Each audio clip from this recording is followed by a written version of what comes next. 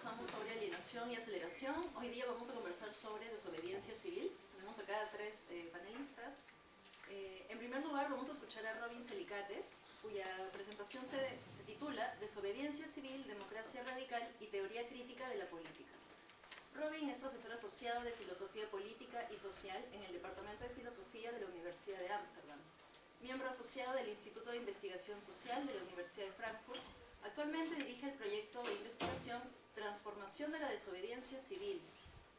Sus principales áreas de especialización son la teoría crítica, las teorías de la desobediencia civil, la democracia, la acción colectiva, el reconocimiento, la migración y la ciudadanía, y las cuestiones metodológicas en la filosofía política y social. Otras áreas de interés incluyen la filosofía de las ciencias sociales, la filosofía moral, Rousseau y la teoría sociológica y política. Gianfranco Casuso, cuya presentación se titula Desobediencia civil, crítica y transformación social. Reflexiones sobre la protesta social en Perú y Venezuela. Gianfranco es profesor asociado e investigador del Departamento Académico de Humanidades de la Pontificia Universidad Católica del Perú. Es doctor en filosofía por la Universidad de Frankfurt con una tesis sobre democracia deliberativa y exclusión bajo la dirección de Axel Honneth. Magíster en filosofía por la PUC. Ha sido investigador invitado en el Cluster of Excellence, The Formation of Normative Orders de la Universidad de Frankfurt. Es coordinador del Grupo de Investigación sobre Teoría Crítica de la Católica. Y Noemí Ansi, cuya presentación se titula Desobediencia civil en la era digital, entre la potenciación y la difuminación de la ciudadanía. Noemí es abogada por la Pontificia Universidad Católica del Perú y candidata a magíster en filosofía con la investigación Reconstrucción normativa del concepto de libertad en la historia de la esfera política del Perú contemporáneo. Asimismo, es máster en democracia constitucional por la Universidad de Génova, en Italia. Actualmente es profesora en la Facultad de Derecho de la Universidad Católica. Entonces vamos a empezar primero escuchando a Robin. Muchas gracias y buenos días. Muchas gracias también por la invitación, la organización de estas jornadas y por la presencia. Voy a hablar en español, pero mi español es limitado, entonces espero que me puedan seguir y entender. Bueno, el objetivo de esta conferencia es demostrar que las teorías liberales de la desobediencia civil no pueden dar cuenta de las características específicas de esta última como una práctica esencialmente política y democrática de protesta que no es reducible a una interpretación ética o jurídica, ni en términos de conciencia individual, ni de fidelidad al Estado del Derecho. Para desarrollar tal enfoque con más detalle, comenzaré por definir la desobediencia civil con el objetivo de explicar por qué el modelo liberal estándar conduce a una comprensión excesivamente limitada y domesticada de esta compleja práctica política.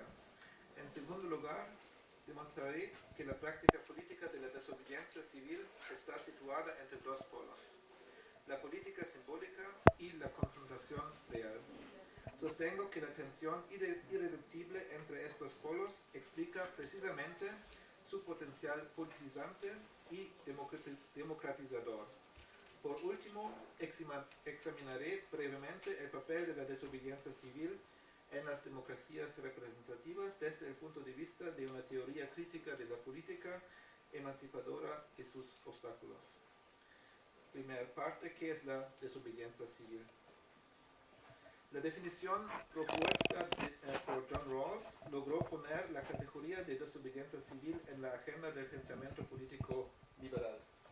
Según Rawls, la desobediencia civil es, a diferencia de otras formas de resistencia, cito, un acto público no violento político contrario a la ley, cometido habitualmente con el propósito de ocasionar un cambio en la ley o en los programas del gobierno.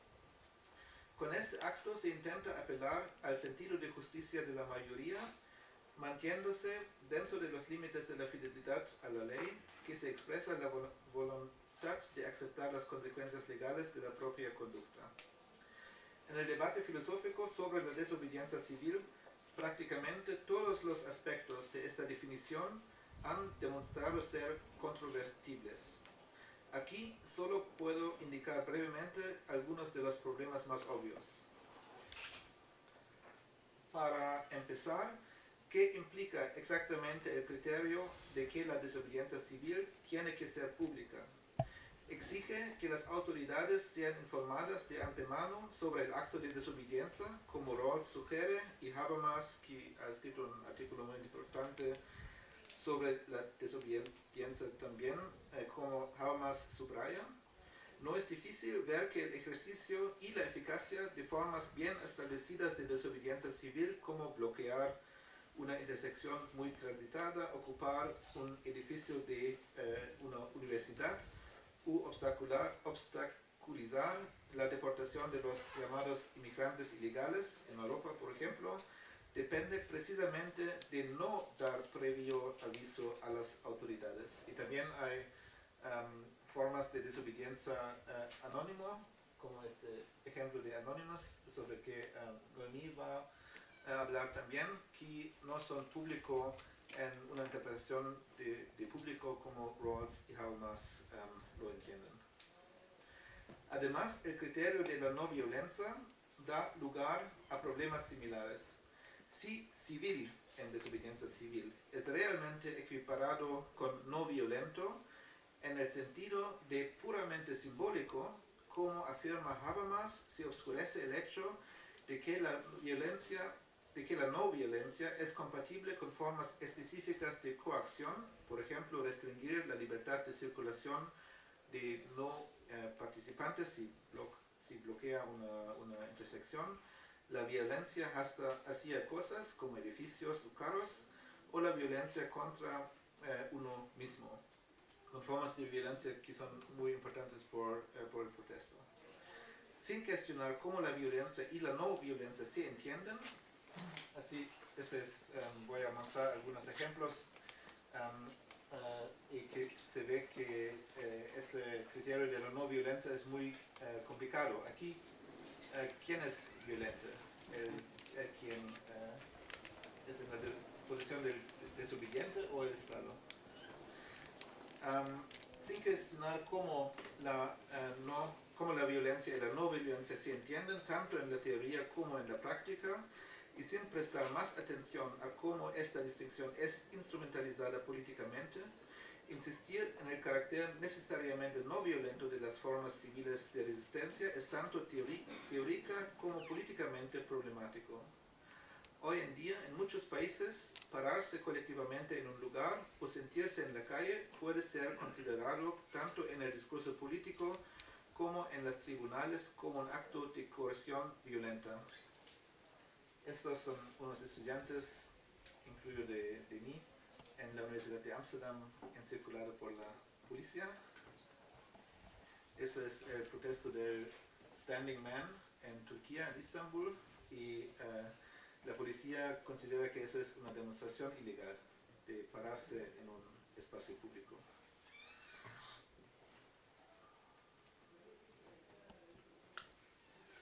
Invadir o dañar la propiedad privada se subsumen con regularidad bajo la noción de violencia, asimilándolos así a violaciones graves de la integridad corporal de personas reales. Más recientemente se criminalizan las formas de desobediencia digital como formas de cybervandalismo e incluso cyberterrorismo, desde Wikileaks y Edward Snowden a las acciones de DDoS de Anonymous. En consecuencia, estos activistas son perseguidos, condenados y encarcelados sin ningún reconocimiento del carácter político y moral de sus acciones. El patrón que emerge aquí es una característica de la tolerancia represiva de la que habla Herbert Marcuse. Los gobiernos, pero también los medios persiguen una estrategia de división y represión con respecto a la protesta, celebrando ciertas formas de protesta como bueno en términos de quién protesta, cómo y con qué objetivo, y denunciando y suprimiendo otras formas de protesto, a menudo de grupos marginados como violentas, inciviles y criminales. Esos son ejemplos de riots en London, en Inglaterra, y también aquí, más recientemente, de los protestas contra el G20 a Hamburgo. La Bild-Zeitung es die größte Tageszeitung in Deutschland, más grande en Alemania, y dice Terror en Hamburg, ja, terrorismo a Hamburgo. Kleiner Stopp, den du hast. Nadie para El odio. el odio Sí. de tierra. Entonces no es una protesta legítima, pero es terrorismo. En este contexto, describir un evento, una actividad, una persona o un grupo es al mismo tiempo un acto de habla políticamente cargado que puede reproducir formas de marginación, exclusión y discriminación con frecuencia por motivos raciales o de género. Por estas razones, una categoría fija de no violencia demuestra de ser de uso limitado para un análisis filosófico de la desobediencia informados por su realidad social y política. También tenemos que preguntarnos cómo el aspecto comunicativo y simbólico de la desobediencia civil se relaciona con formas de acción directa, direct action, que con frecuencia van más allá de un simple llamado moral. Pensemos en bloqueos, por ejemplo, de transporte de residuos nucleares en Alemania, en confrontaciones más directas, por ejemplo, de ciudadanos con fuerzas de seguridad que han acordonado los lugares de reunión para impedir que los ciudadanos ejerzan su derecho a protestar, o en sabotajes, por ejemplo, de infraestructurales construidas en territorio disputado, como las formas de resistencia de miembros de pueblos indígenas en América del Norte. Tales casos paradigmáticos de acción directa no deben ser excluidos por definición de la categoría de desobediencia civil. Eso también es en Turquía, en Estambul, durante los protestos de Gezi. Ya pueden ser en alguna medida limitados en sí mismos, self-restraint, y pueden ser considerados también como esfuerzos comunicativos con independencia del juicio que se haga sobre su justificación en circunstancias concretas. Por otra parte, cabe preguntar, eso es durante el proceso de Black Lives Matter en Estados Unidos, es el objetivo de persuadir incompatible con intentar aumentar significativamente los costos económicos y simbólicos de ciertas medidas políticas, como la deportación de refugiados. En muchos casos parece obvio que los aspectos simbólicos y de confrontación de la desobediencia civil están inextricablemente ligados. Como veremos en la siguiente sección, este vínculo no puede explicarse simplemente como una cuestión de circunstancias contingentes, sino que forma parte de la práctica misma de la desobediencia civil. Teniendo en cuenta los casos paradigmáticos a menudo invocados de Henry David Thoreau, Mahatma Gandhi y Martin Luther King, también tenemos que preguntarnos si de hecho ellos apelaron al sentido de justicia de la mayoría, cualquiera que esté fuera, y si llamaron al hacer cambios dentro del sistema existente. También cabe preguntarnos qué significaría para nuestra concepción de desobediencia civil si no lo hicieron, y qué significaría para nuestra comprensión de esta práctica dejar de considerar estos como casos paradigmáticos. En estos y otros casos, la desobediencia civil parece estar en desacuerdo con los sentimientos morales de la mayoría, o más bien estar en contra de estos. A menudo son precisamente los fracasos de un sentido equivocado de la justicia lo que hace necesaria la desobediencia civil en primer lugar. No es difícil identificar ejemplos de esto en nuestro mundo, desde los Estados Unidos de Trump hasta el trato a los refugiados en Europa y la resistencia contra la extensión del poder de China en Hong Kong. Estoy seguro que hay casos instructivos también en el Perú, y vamos a discutir estos más tarde, como la resistencia indígena y campesina en contra la explotación minera y otros modos de afectación medioambiental también. Además, el caso de Martin Luther King y del movimiento de derechos civiles estadounidense revela que no está claro si se trataba meramente de correcciones más o menos locales, específicas dentro del sistema existente, o si su desobediencia era un acto que cuestionaba la legitimidad general del sistema. De un modo similar, los movimientos de protesta civil que han surgido en los últimos años, desde Occupy y los indignados en España hasta el activismo de refugiados en Europa, cuestionan la legitimidad de los pilares esenciales del sistema existente: desigualdad económica, instituciones presuntamente representativas, fronteras militarizadas, sin que puede decirse que dejen de ser civiles. Eso es de los protestos en Grecia, en Athens, y bueno, se explica a sí mismo. Installing democracy cannot install please remove system. En este contexto, y dada la injusticia estructural de las condiciones políticas y sociales a las que se enfrentaban, parece dudoso que Thoreau, Gandhi y King y los otros movimientos se consideran obligados a justificar sus acciones, aunque dirigirse al público para justificarse era, por supuesto, parte de su estrategia política y también del ethos político que encarnaban.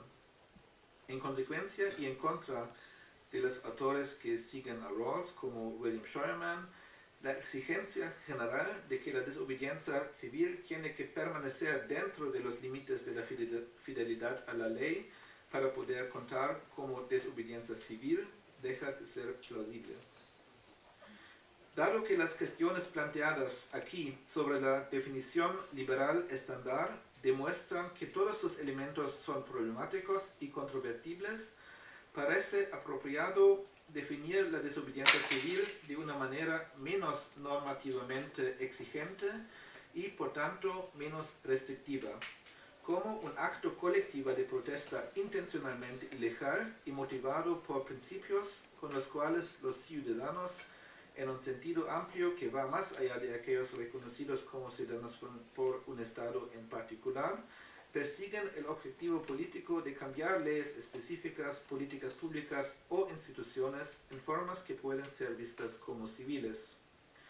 Esta definición minimalista aclara la diferencia de la desobediencia civil, de protestas legales y de los delitos ordinarios o disturbios llamados injustificados, de la objeción de conciencia, que está protegida en algunos estados como un derecho fundamental y no busca el cambio, y de una insurrección militar sin importar demasiada normatividad. Entonces, eso es la diferencia con la definición de Rawls, Habermas y otros. Aquellos que se dedican a las prácticas civiles y cívicas de la desobediencia y protesta siguen actuando como ciudadanos. De hecho, ellos ejemplifican lo que significa ser un ciudadano al reafirmar su capacidad de agenciamiento político en contra de formas de dominación, exclusión o marginación políticamente atrincheradas e invisibilizadas. Al actuar como ciudadanos, reconocen algún tipo de vínculo civil con sus adversarios, que va de la mano con ciertas formas de autolimitación y de autocontrol, excluyendo, por ejemplo, la acción militar dirigida a la destrucción del enemigo. Formas de autolimitación que son, sin embargo, más flexibles y menos restrictivas que el énfasis liberal en el carácter no violento, respetuoso de la ley y simbólico de la desobediencia civil. Aunque la desobediencia civil tiene que distinguirse de la oposición legal, de la revuelta revolucionaria y otras formas de resistencia, estas distinciones son puestas en cuestión por la práctica política, lo que muestra que son más complejas de lo que sugiere la teoría. También por esta razón la cuestión de la definición de la desobediencia civil no debe mezclarse con las cuestiones relativas a su justificación ni a sus estrategias. Las limitaciones de la perspectiva liberal sobre la desobediencia civil y la necesidad de una perspectiva más práctica, más democrática y más pluralista son aún más evidentes cuando consideramos la visión liberal estándar sobre la justificación de la desobediencia civil. Siguiendo a Rawls, los teóricos liberales generalmente tienden a restringir los motivos para justificar la desobediencia civil a los principios básicos de la justicia y a los derechos individuales. Sin embargo, este enfoque en los derechos fundamentales tiende a excluir ciertas formas de desigualdad socioeconómica, así como las deficiencias procesales e institucionales que en sistemas políticos democráticos impiden a los ciudadanos participar efectivamente en la autolegislación y que también pueden servir como justificaciones. Desde esta perspectiva, la desobediencia civil se manifiesta como una fuerza democratizadora, no simplemente como una respuesta transitoria en circunstancias extremas y excepcionales, sino como parte integral de una sociedad democrática compleja que se hace necesario como reacción a los defectos institucionales constitutivos de esta. Volveré a esta importante adición a la visión liberal sobre la justificación en la tercera sección y también Gianfranco va a discutir esta cuestión. Como hemos visto, dos de las teorías más prominentes de la desobediencia civil, las de Rawls y Habermas, subrayan a su carácter principal o exclusivamente simbólico. Más allá de los problemas conceptuales a que esto da lugar, también reduce la desobediencia civil a un llamado puramente moral que pone toda su esperanza en que el público responda razonablemente a sus justificadas reivindicaciones.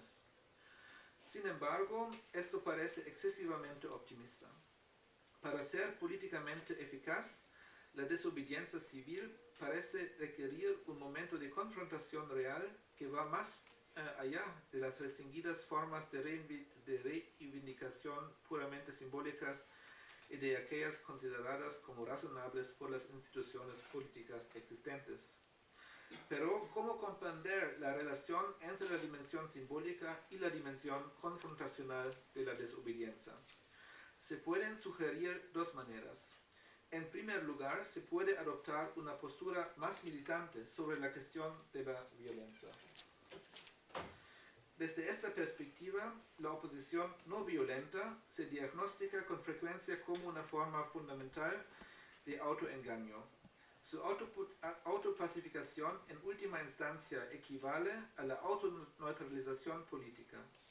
El riesgo es que esto conduzca a un automalentendido militante de los activistas que se adhieren a la noción fantasmática y masculinista de confrontar el aparato del Estado o el sistema en las calles. Por ejemplo, cada año a Berlín, el 1 de mayo, hay una gran batalla entre la policía y los manifestantes. Es un ritual, no, el significado político es un poco dudoso. Tal enfoque, aunque señala correctamente que los motines pueden ser poderosos signos políticos, amenaza con exagerar y hipostasiar el significado del momento de confrontación real, a costa de ignorar la necesidad y la complejidad de la mediación simbólica que es constitutiva de cualquier práctica política que intente conservar su civilidad y no colapsar en una confrontación militarista. Este parece ser precisamente el tipo de error que Wendy Brown diagnostica con respecto a una tendencia problemática en el movimiento de Occupy, que amenaza con socavar su potencial radical de emancipación y de democratización. Voy a seguir, Wendy Brown la deja. A la inversa, también se puede argumentar como segunda y más prometedora manera de abordar la cuestión que la desobediencia civil tiene en realidad una dimensión simbólica irreductible, pero que no puede reducirse a esta dimensión porque sin momentos de confrontación real, la desobediencia civil también perdería su poder simbólico y se convertiría en una mera apelación a la conciencia de los poderes existentes. La necesidad de ir más allá de lo puramente simbólico se funda pues en la función simbólica de la propia desobediencia civil. Es condición para su eficacia. La desobediencia civil es una forma de práctica política que se basa esencialmente en significaciones y representaciones, por encima de otras formas de acción política. La práctica de la desobediencia civil siempre se asocia a las luchas simbólicas, en primer lugar, sobre la etiqueta de desobediencia civil. En muchos ejemplos, es el ejemplo de la Animal Liberation Front, grupos militantes por las protecciones animales, que son frecuentemente tratados como terroristas, pero que juegan con ese label. La práctica, estas luchas son simbólicas, pero no son meramente simbólicas, ya que tienen consecuencias políticas y legales tangibles en términos de cómo el público en general, pero también el sistema judicial, reacciona ante de estos actos. Ok, tercera sección, muy breve. La diferencia entre una perspectiva liberal orientada a los derechos y una perspectiva radical democrática que se sitúa la desobediencia civil dentro de la tensión antes mencionada, también es evidente cuando se trata del papel de esta práctica contestataria en sociedades más o menos liberal-democráticas. Mientras que, desde una perspectiva liberal, la desobediencia civil se manifiesta principalmente como una forma de protesta concienzuda de sujetos jurídicos que defienden sus derechos individuales contra los gobiernos. Una perspectiva radical democrática no ve la desobediencia civil principalmente en términos de limitación. La considera más bien como la expresión de una práctica democrática de autodeterminación colectiva y como contrapeso dinamizador de las tendencias rigidizadoras de las instituciones estatales. Esta práctica es transformadora porque apunta a la politización de cuestiones que están excluidas del ámbito político y a reconfigurar las instituciones existentes, a menudo de manera integral. En el contexto de los sistemas políticos existentes, los procesos políticos de deliberación y de toma de decisiones se ven distorsionados no solo por déficits democráticos estructurales casi inevitables, sino también por la influencia de diferencias asimétricas de poder en el debate público, por discursos hegemónicos y por autoconcepciones ideológicas. Este hecho constituye el punto de partida del concepto radical democrático de desobediencia civil. Dadas estas deficiencias estructurales de las actuales democracias, la desobediencia civil puede entenderse como una forma de empoderamiento democrático que apunta a una forma más intensiva y o más amplia de autodeterminación democrática. Por lo tanto, no se trata tanto de prevenir una política específica que es presuntamente inconsistente con las normas sustantivas del liberalismo, sino que se trata de iniciar o reanudar la disputa política. En lugar de verse como las acciones de portadores de derechos individuales, la desobediencia civil surge así como una práctica esencialmente colectiva y contestataria en que el poder constituyente horizontal de la asociación de ciudadanos se enfrenta a la forma vertical de la autoridad estatal, el poder constituido. Puesto que estos déficits estructurales son, a pesar de todas las promesas de representación y participación, poco susceptibles de ser abordados desde las instituciones existentes, las formas activistas de protesta política, como la desobediencia civil, juegan un papel central en la democracia realmente existente.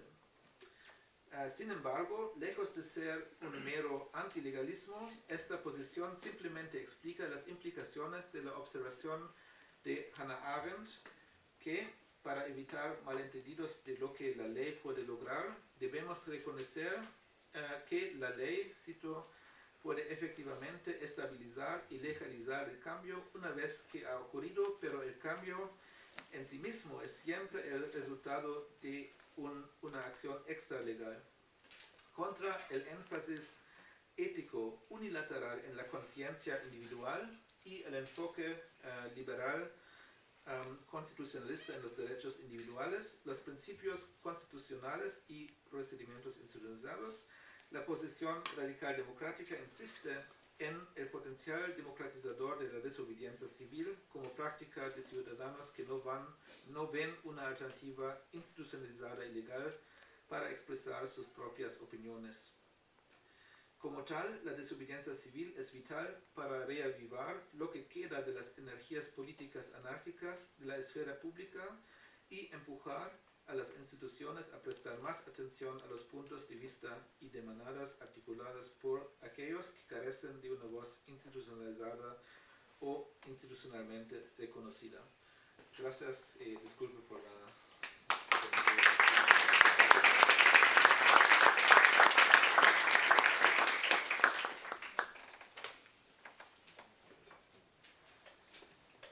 Gracias, Robin.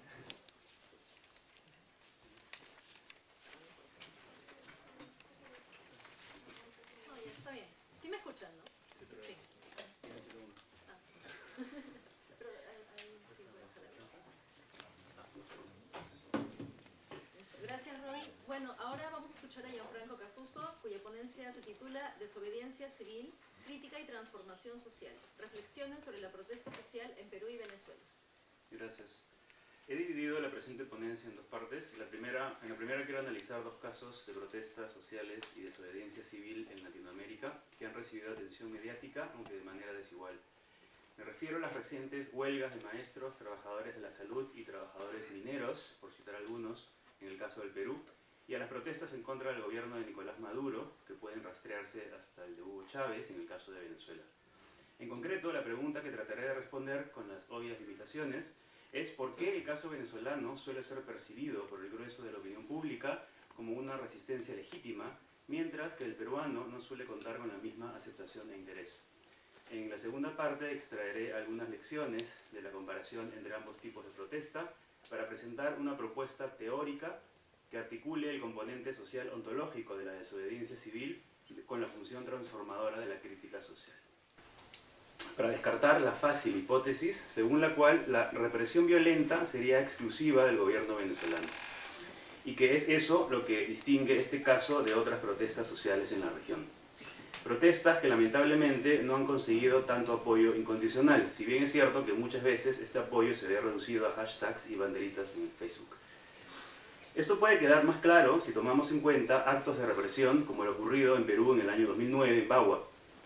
Precisamente allí se trataba del desalojo de miembros de distintas etnias amazónicas que, en un claro acto de desobediencia civil, bloqueaban la carretera Fernando Belaúnde Terry para oponerse a una ley que favorecía la explotación de petróleo, gas y otros minerales por parte de empresas transnacionales. El saldo fue de 33 muertos y más de 200 heridos. Casos como este, que no son pocos en el Perú, parecen mostrar pues que no es exactamente el grado de represión policial y militar lo que hace que determinadas protestas reciban apoyo espontáneo y que los manifestantes gocen de la empatía casi automática de la población, así como de la atención y solidaridad de los grandes medios de comunicación. ¿Qué es entonces lo que haría que tantos se solidaricen con las luchas del pueblo venezolano y se muestren menos comprometidos con las de los campesinos, maestros, médicos o trabajadores mineros peruanos? Quiero empezar con dos posibles y bastante discutibles respuestas.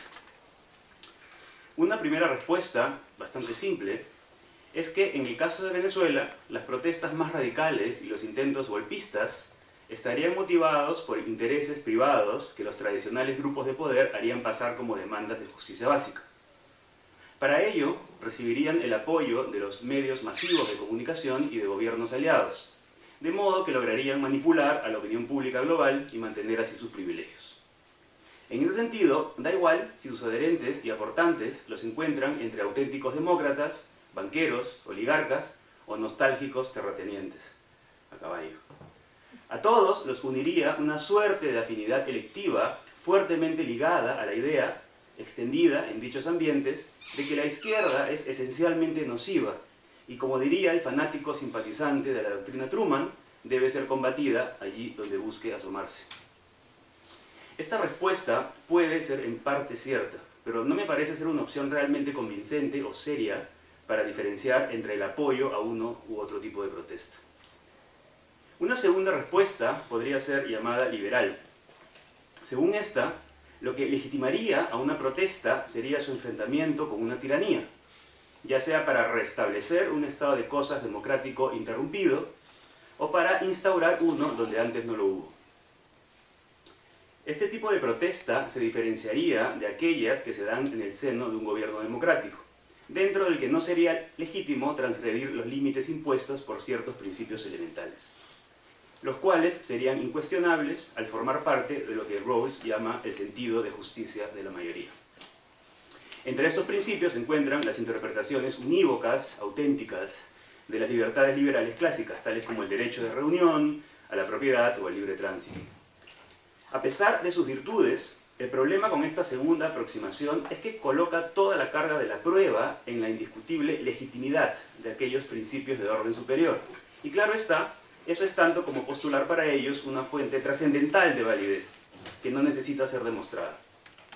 Y con ello su justificación sería independiente de todo proceso democrático de constitución social. Asumiendo pues que ninguna de estas dos explicaciones es completamente satisfactoria, en lo que sigue voy a tratar de abordar el asunto de un tercer modo. Para ello creo que puede ser conveniente, eso sí, partir del análisis de la lectura liberal, ya que tanto el caso peruano como el venezolano suelen ser interpretados bajo esta óptica, y sería esto lo que en buena medida habría permitido entenderlos como dos fenómenos sociales radicalmente distintos. Veamos esto más de cerca. Tal como Robin Selicates nos acaba de recordar, según la aproximación liberal debida sobre todo a John Rawls y a Julian Habermas, la desobediencia civil es un acto efectivo y legítimo de protesta, pero siempre dentro del marco general de fidelidad a la ley. En el caso peruano, se suele asumir que las recientes protestas de los maestros, médicos, trabajadores mineros, así como las de colectivos no sindicalizados, como los que defienden la despenalización del aborto o la unión civil para personas del mismo sexo, a menudo sobrepasan estos estrictos límites. Tanto en forma como en contenido, llegaría un punto en que estas protestas sociales estarían fuera de la ley, por lo que no es difícil criminalizarlas o al menos deslegitimarlas. Pero existe, no obstante, una segunda y quizás más importante razón para desacreditarlas, y es que estas suelen interpretarse como estando motivadas por intereses particulares, subordinados muchas veces a los fines políticos de grupos extremistas o abiertamente subversivos. Dichos intereses se enfrentarían y pondrían en riesgo un supuesto interés nacional más alto, que sustentado en principios fundamentales habría sido ya descubierto y se encontraría justificado de antemano. En otras palabras, para concentrarnos en un caso concreto, la interpretación liberal consideraría que los maestros en huelga defienden una serie de intereses directamente enfrentados a un ideal superior ya consagrado, expresado en principios generales y que de no ser por sus demandas arbitrarias podría realizarse correctamente por medio de las instituciones y prácticas ya existentes. Y puesto que la desobediencia civil, por definición, no puede tender a la simple defensa de intereses particulares, sino que debe apuntar a un ideal moral superior, la protesta de estos sectores sociales sería ilegítima. Como he señalado, también en la percepción del caso venezolano se presupone un trasfondo liberal, encarnado en principios de justicia básica que en teoría todos comparten y que operan como referentes inamovibles para evaluar la legitimidad de las protestas.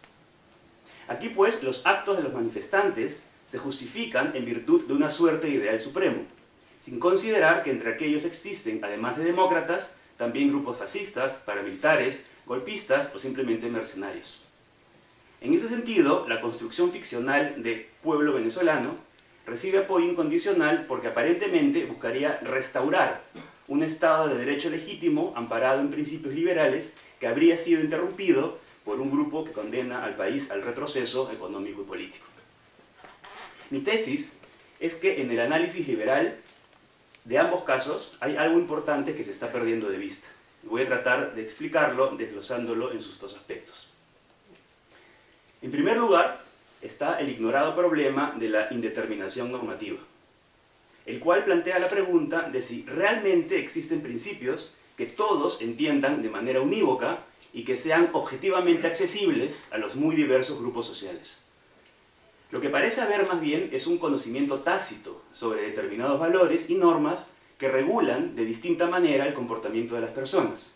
Así, aunque pueda parecer que se está apoyando los mismos principios, ellos son en realidad constitutivamente indeterminados, y esto conlleva conflictos de interpretación latentes, los cuales, llegado el caso, pueden manifestarse como protestas sociales.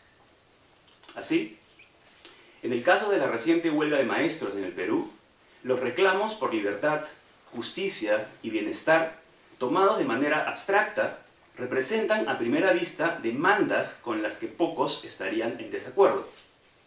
Este acuerdo tácito, expresado en un inicial apoyo del 64% de la población en agosto, fue tornándose en rechazo conforme sus demandas fueron identificándose progresivamente con simples intereses opuestos a más respetables ideales nacionales.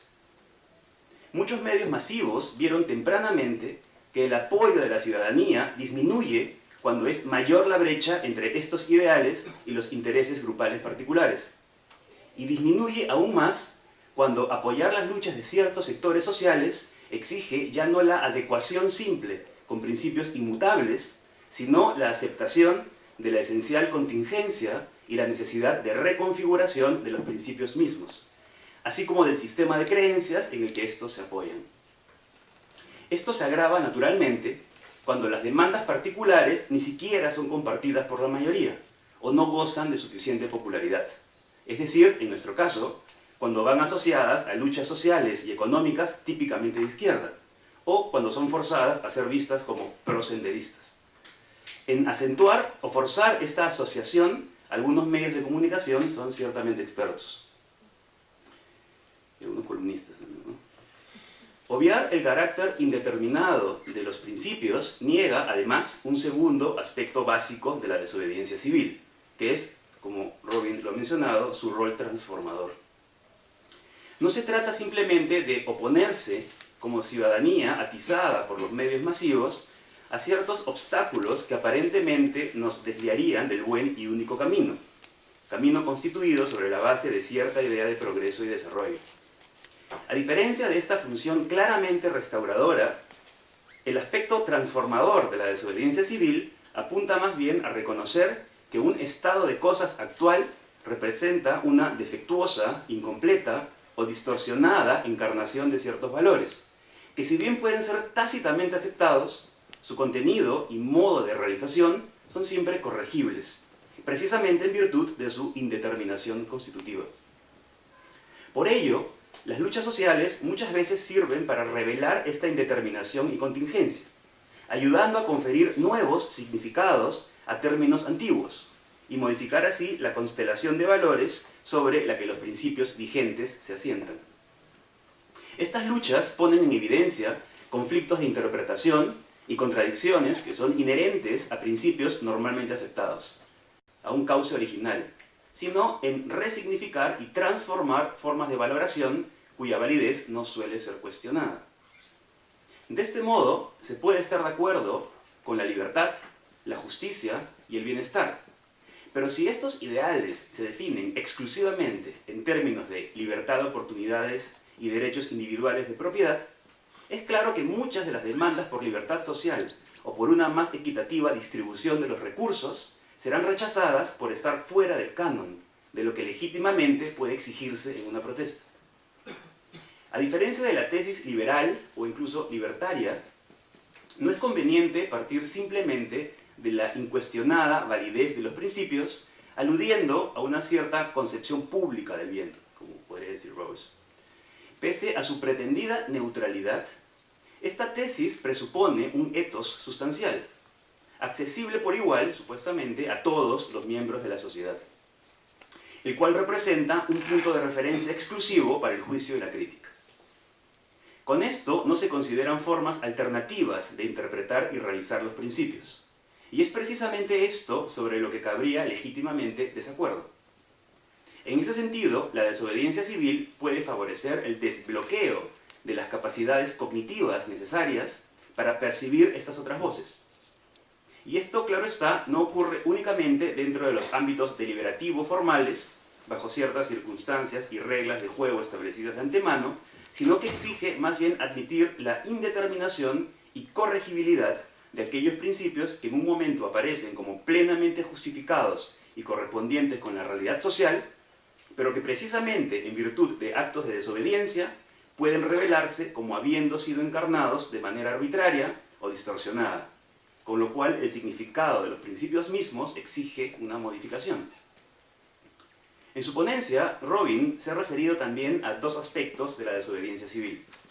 Según dice, esta no se realizaría únicamente siguiendo procedimientos formales dentro del marco general de fidelidad a la ley, sino que tendría además un lado abiertamente confrontacional.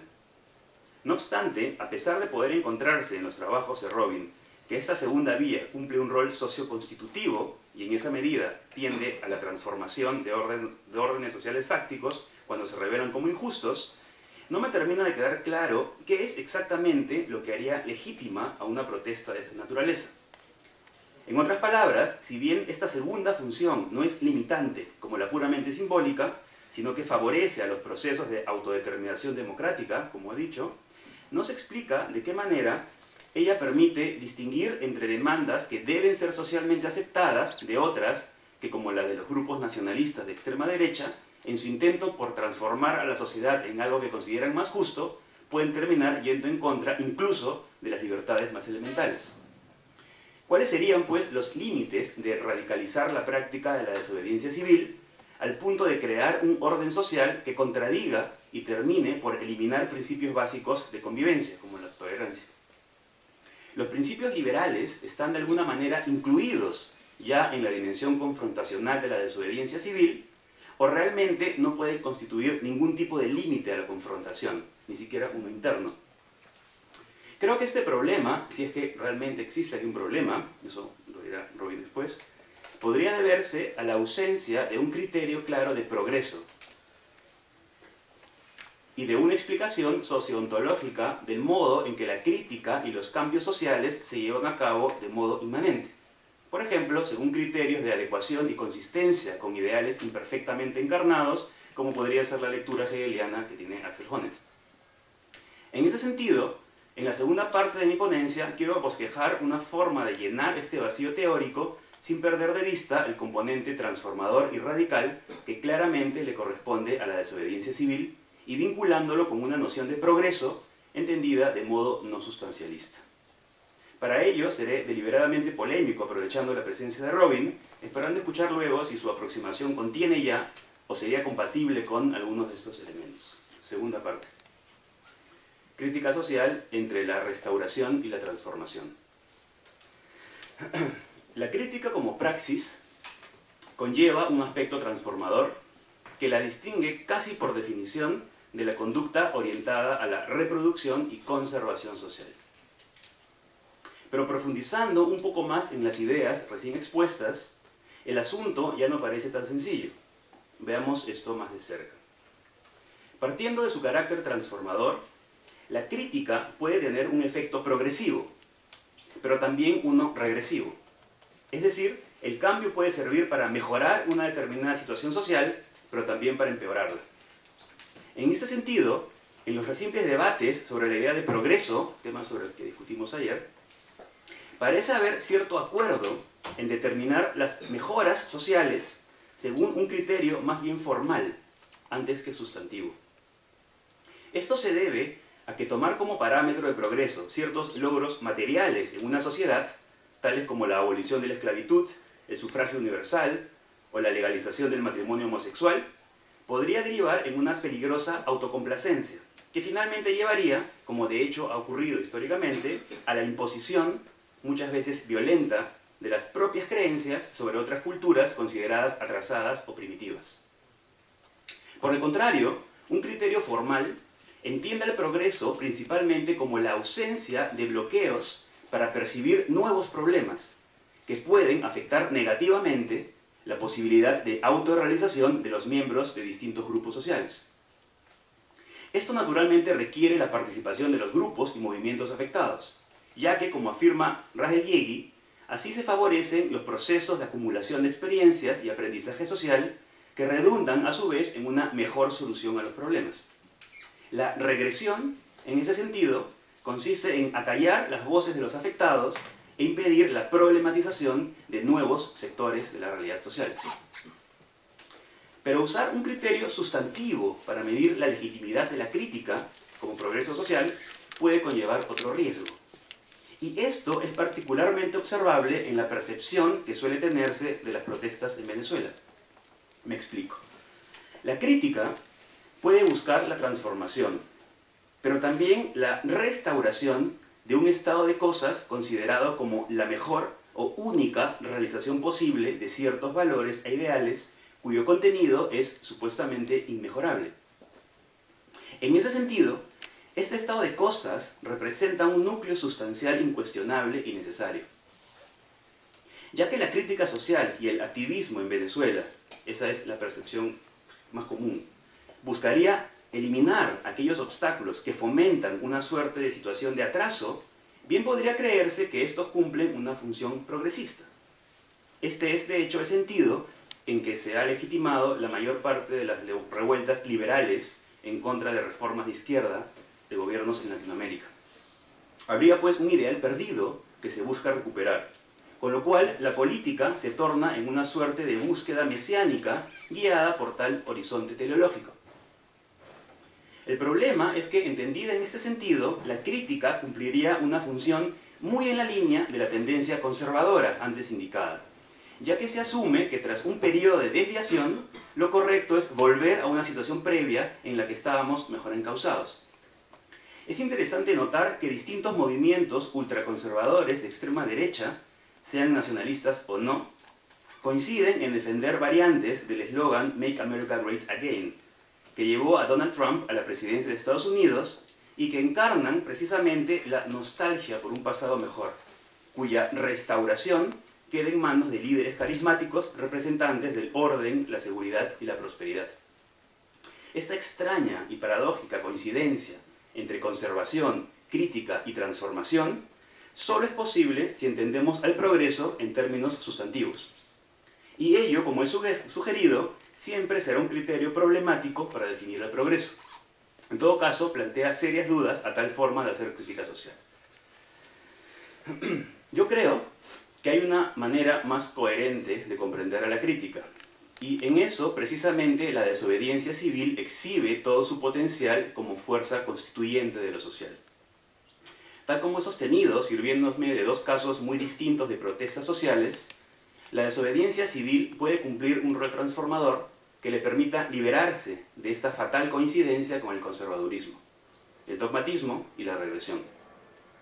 Este rol aparece cuando no se busca volver a un estado ideal e inmejorable de cosas, que contrariamente a su pretensión de neutralidad, está sostenido en principios éticos muy concretos. Su papel transformador se despliega más bien cuando se percibe un excedente de normatividad que la realidad no puede satisfacer. Esto es, cuando se percibe una inadecuación entre las instituciones existentes y los valores que supuestamente aquellas deberían encarnar. Esta inadecuación pueden descubrirla en primer lugar los grupos directamente afectados por tal configuración, ya que son ellos, desde su propia experiencia, quienes están en mejores condiciones para reconocer que la realidad ha dejado de hacerles justicia.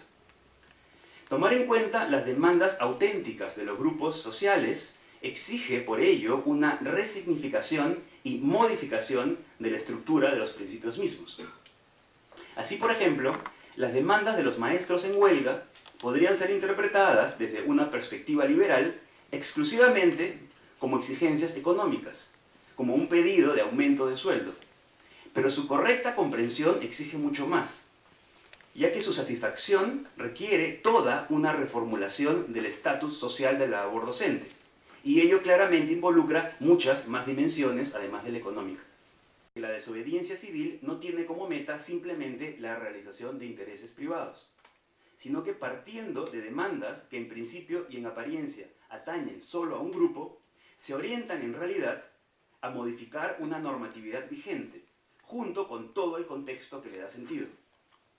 Dicha modificación influye necesariamente en otros ámbitos, económico, legal, cultural, y afecta a muchos otros grupos, pues se necesita una reconfiguración social compleja para que la nueva norma cobre real sentido y pueda ser aceptada.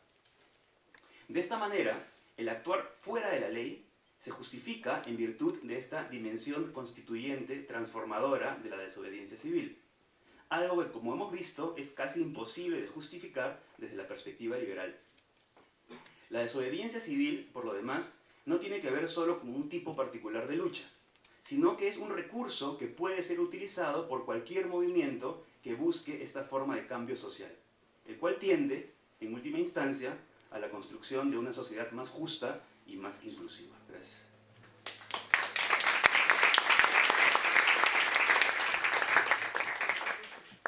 Bueno, gracias, Gianfranco. Ahora vamos a escuchar a Noemí Ancí, cuya ponencia se titula Desobediencia civil en la era digital, entre la potenciación y la difuminación de la ciudadanía. Gracias. Bueno, voy a comenzar. En la era del Internet se ha transformado considerablemente no solo la forma en que nos comunicamos como individuos, sino también como ciudadanos. Uno de los efectos más notorios de dicha transformación se ha producido en el ámbito de lo político mediante la configuración de nuevos modos de organización y movilización social. Ante ello, es impostergable que las concepciones teóricas tradicionales sobre lo público también pasen por un proceso de cambio y renovación. Entre aquellas concepciones, una que exige un replanteamiento no solo teórico, sino sobre todo crítico, es la desobediencia civil, como acabamos de escuchar en las exposiciones. Teniendo en cuenta ello, el objetivo principal de la presente ponencia es examinar las manifestaciones de desobediencia civil en el espectro digital de una manera tal que nos permita comprender la potencia de aquellas en el ámbito de la crítica social y política.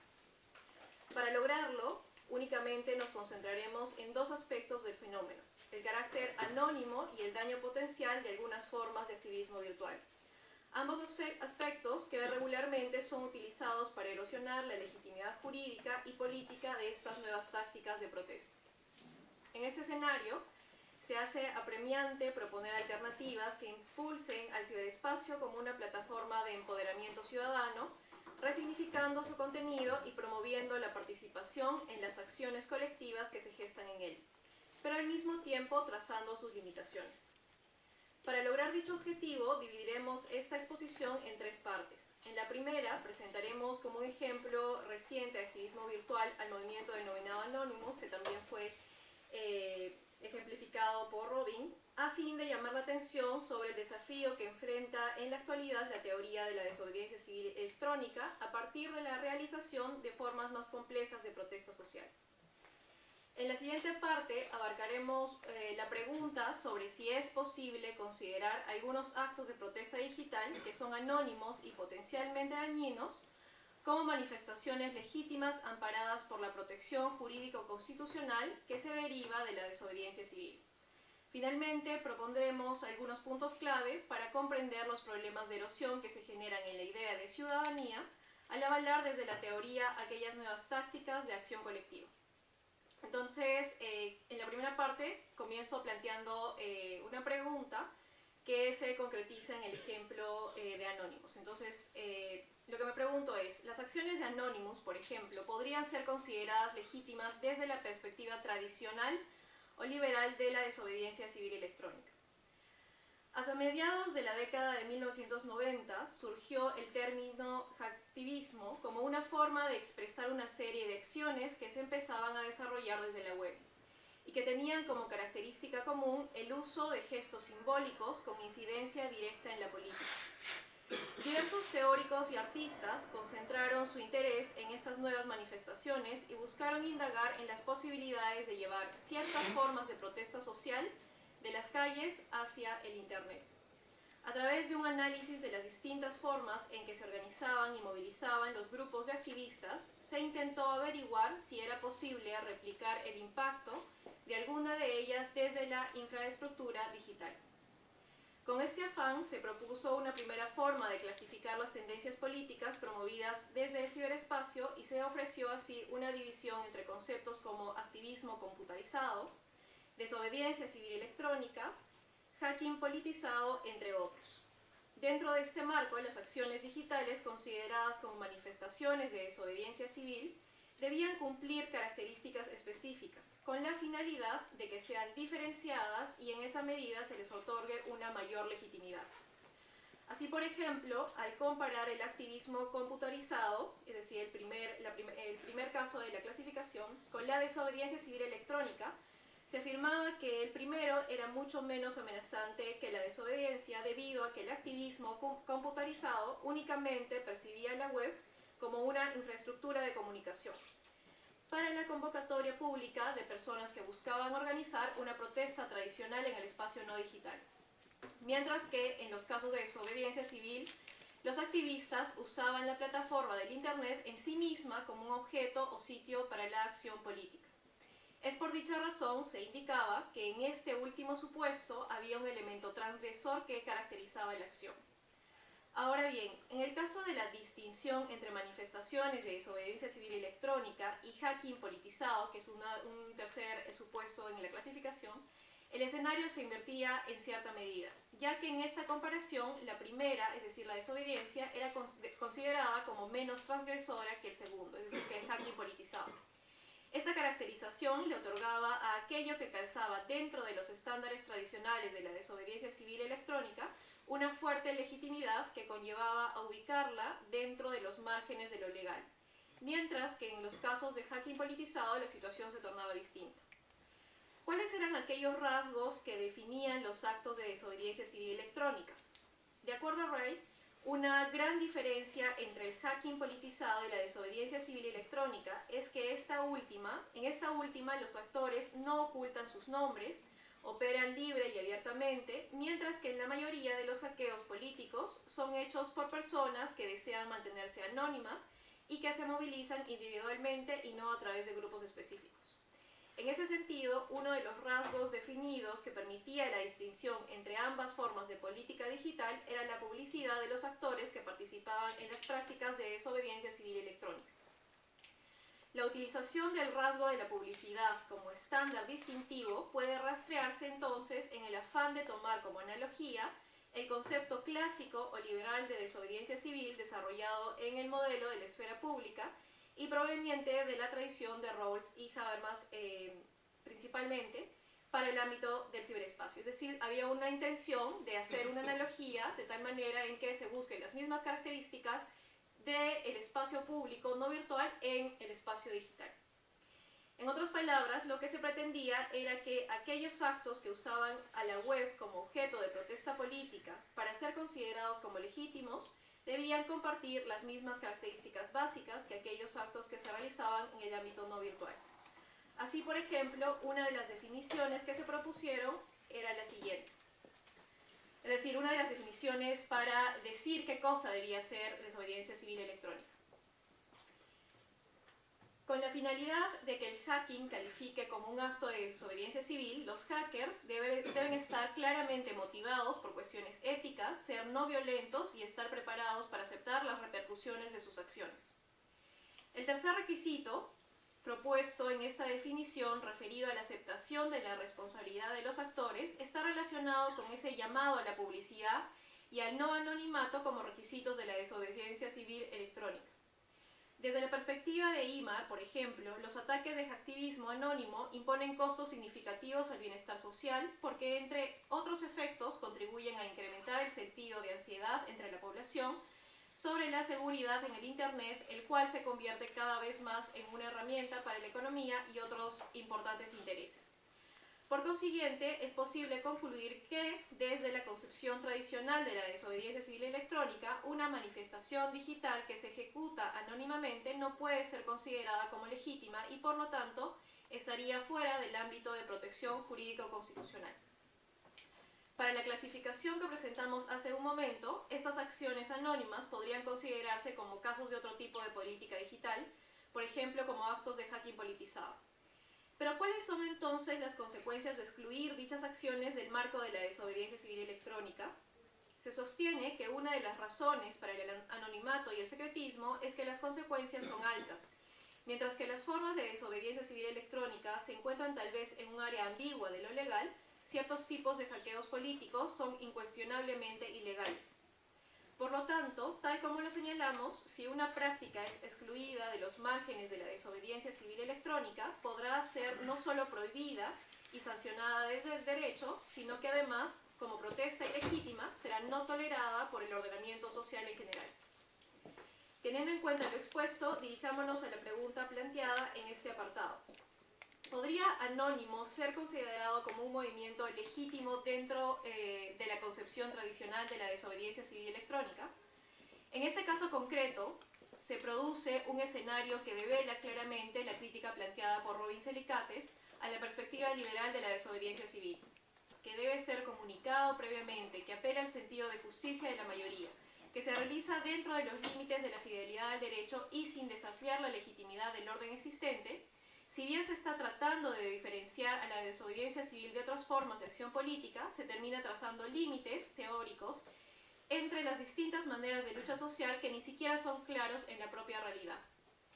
Y ocasiona finalmente que se oscurezca el carácter contestatario y crítico de muchas prácticas de lucha genuinamente políticas y democráticas.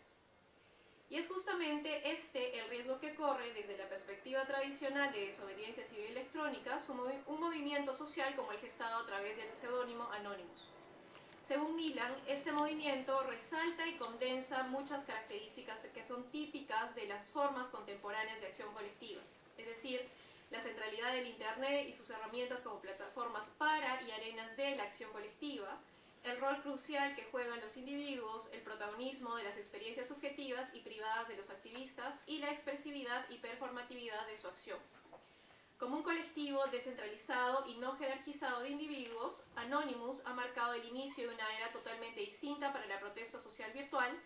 Sin embargo, debido al anonimato de sus miembros y al daño potencial a terceros, causado por alguna de sus formas de accionar en principio, debería ser rechazado como una manifestación de desobediencia civil electrónica y por lo tanto no tolerado y sancionado por los estados como se ha hecho regularmente.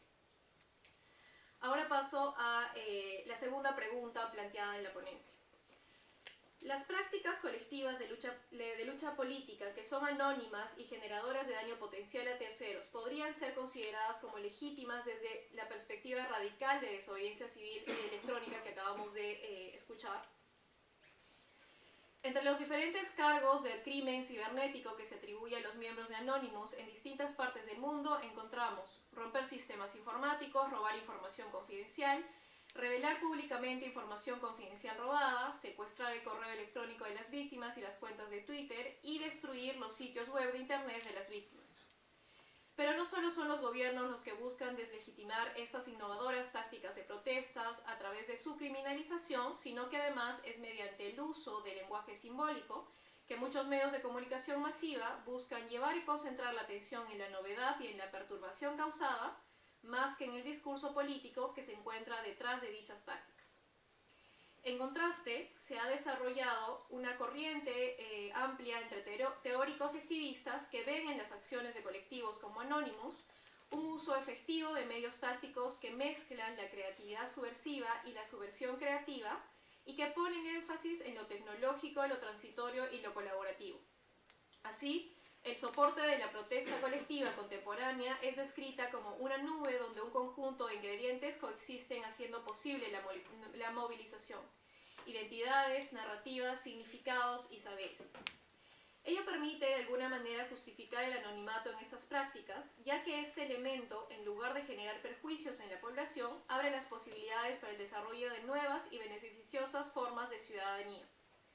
Así, se sostiene que si bien los miembros de los colectivos como Anonymous no revelan su identidad para no ser procesados, sí asumen la responsabilidad de sus acciones, pero como grupo, lo que les otorga una mayor legitimidad. Para reforzar este argumento, se hace alusión a la fuerza de la acción colectiva, señalando que en el nivel simbólico la invisibilidad es explicada por la relevancia de la acción. Es la acción la que es visible, porque es el fundamento del grupo y de la justificación básica de su existencia. El grupo, es decir, el nosotros, se identifica a sí mismo con su acción. En ese sentido, ese uso del espacio imaginado ofrecido por la web genera dos cuestiones fundamentales que calzan de forma idónea con la perspectiva radical de la desobediencia civil.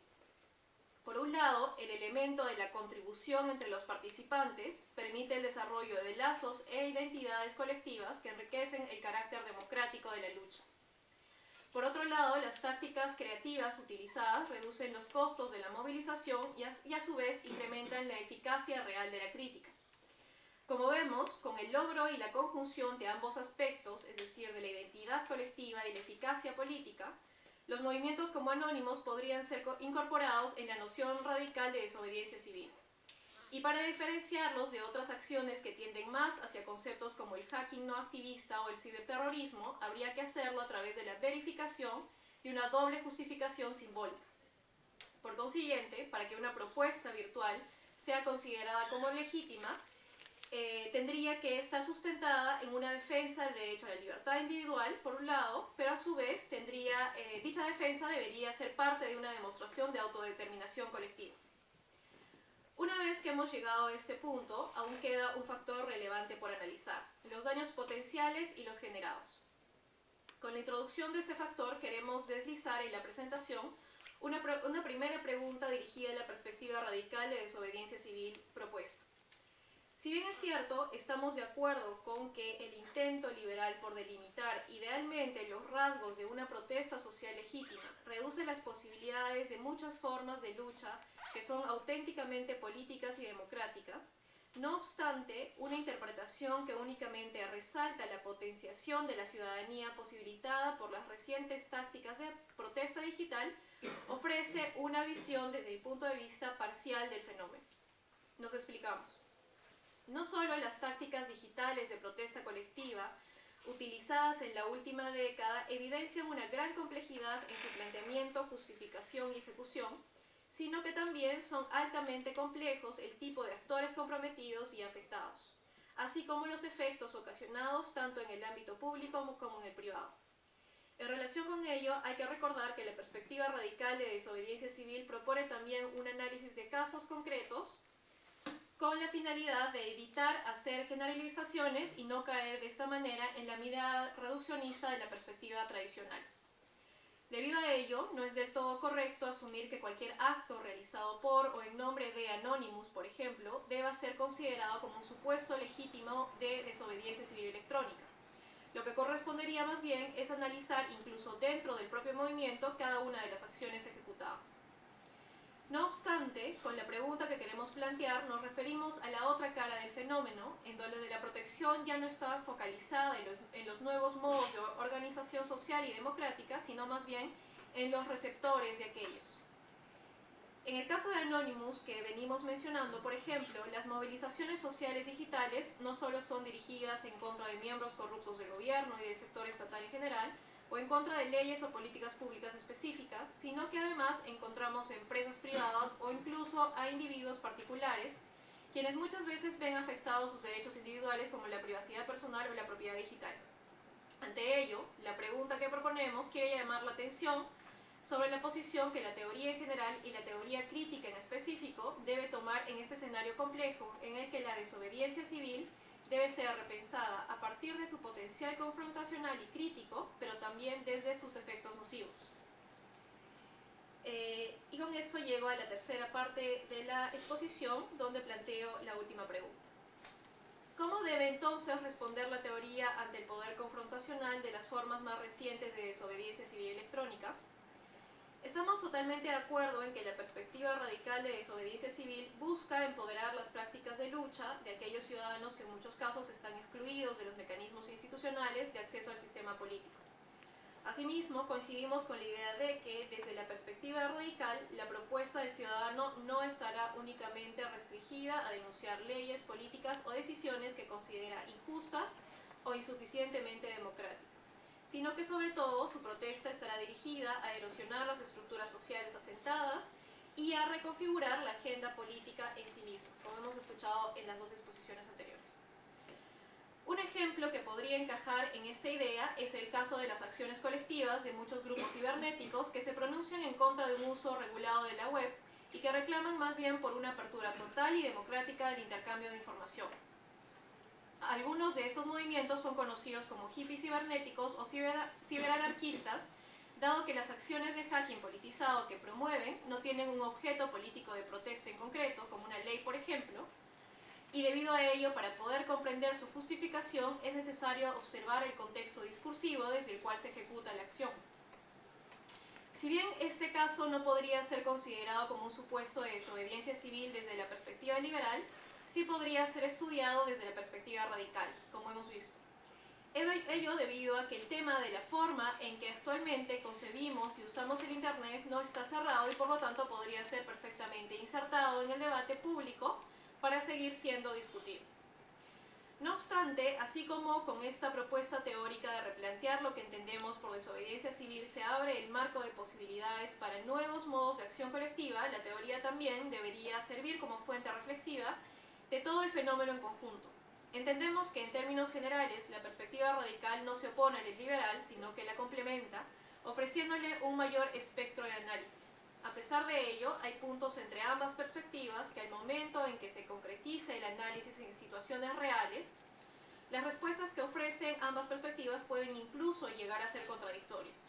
Nos referimos, por ejemplo, al caso de una protesta digital que usa medios de presión que en términos amplios podrían interpretarse como una forma de violencia que generan daños no solo económicos, sino también jurídicos a través de la vulneración de ciertos derechos fundamentales a terceros afectados.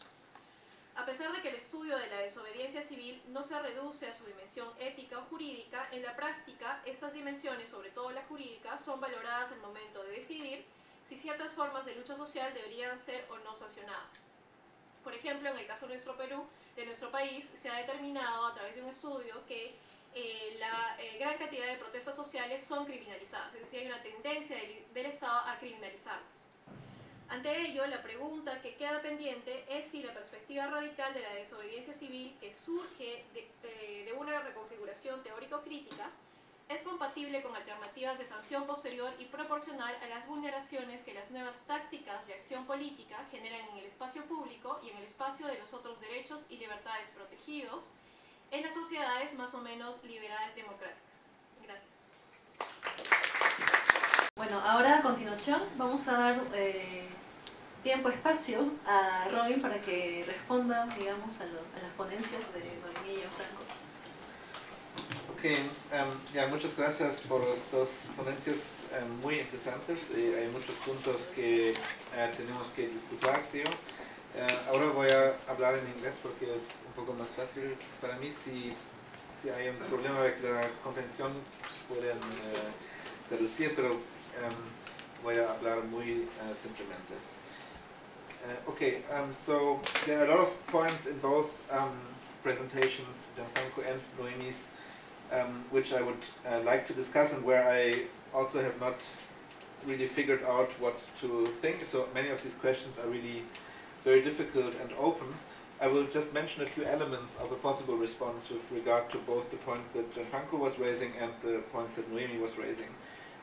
So with regard to the question of justification, which plays a role in both of your papers, I want to start by just making three points that might be helpful in working on an answer. It's not yet an answer, because I think this problem is really one that I have also still difficulties of resolving.